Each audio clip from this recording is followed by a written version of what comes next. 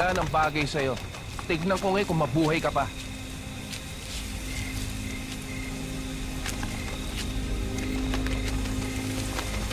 Yan! Yan ang kanina ko pang sinasabi sa inyo. Hindi niyo naman ako maintindihan. Rico. Diyos ko, patay na yan. Rodrigo. Rodrigo. Pasensya na kung ngayon lang kami nakarating. Tumitsyempo kami sa gwardiya. Rodrigo.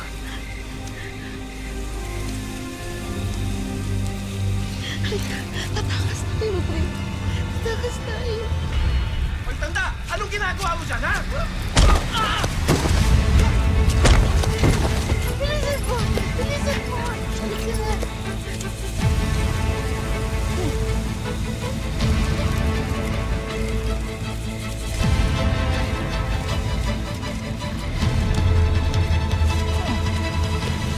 Dito muna kayong dalawa. Ako na yung pupunta doon. Ako bahala sa mga. Oo, sige. No, nakakantok, pre. Gusto mo, magkape muna tayo eh. Ay, sila natin.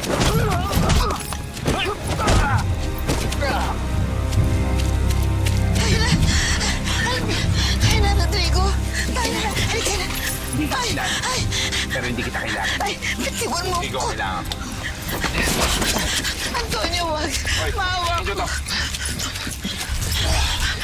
Papakita ko lang sa inyo kung anong kaya kong gawin sa inyo. Antonio, wag. Maawa ka sa apo ko. Tayo mo. Wag, Antonio. Wag. Rodrigo. Matakas ka pa, ha? Tama na.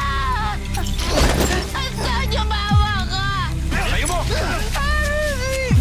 Antonio, tama na. Tigilan mo na siya. Tayo mo yan. Hindi niya na kaya. Tayo mo! Saan kung huwag kang makialam. Tayo mo! Ano nangyayari dito? Antonio! Bakit mo sinaktan ang anak ko? Rafael! Marcy! Tulungan niyo ako! Itigil niyo na yung kaguluhan to! Tigilan niyo na si Rodrigo! Isakay niyo siya sa kotse. Sa mansyon na siya titira. Bakit sa mansyon titira? Para maproteksyonan ko siya laban sa'yo. Kaya kung ayaw mo, ikaw umalis. Sakay niyo na!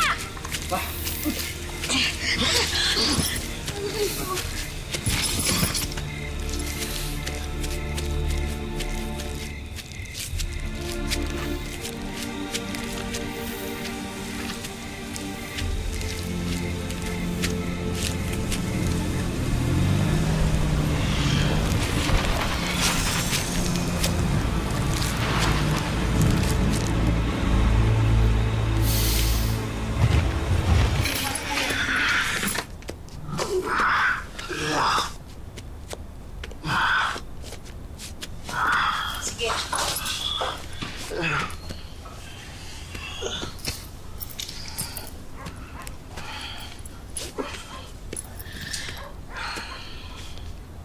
Sandali.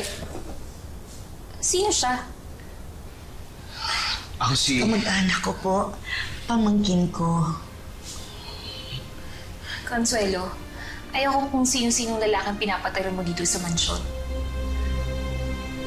Pero sige, papayagan ko siyang tumira sa hacienda. Kasama ng mga trabahador. Maraming salamat po, Doña Sabana. Doña Sabana, bakit niyo po kami pinatira dito sa mansyon? Dahil naaawa ko sa ginawa sa inyo ni Antonio.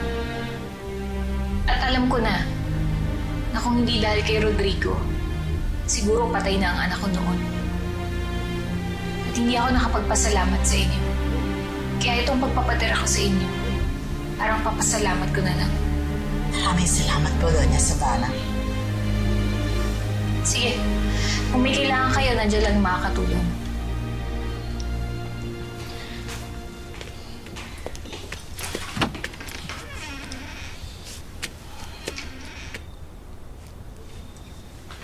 Mas makabubuti, Ramis, na Dito ka na muna tumira sa asyenda. Opo. Para mas babantayan ko si Almiro. Rodrigo. Mula ngayon, Rodrigo ang itatawag mo sa kanya.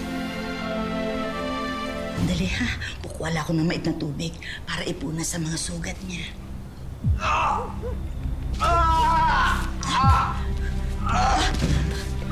Rodrigo! Lola, yung likod ko sobrang sakit po! Rodrigo, ano nangyayari sa'yo? Ha? Ano yun? Lola!